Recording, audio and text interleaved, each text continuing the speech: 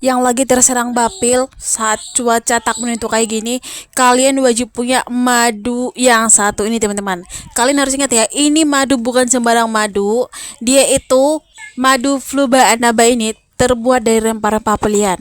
Jadi kalian tenang aja, ini sudah BPOM dan juga halal. Yang mau langsung klik aja di keranjang aku ya, harganya murah dan terjangkau.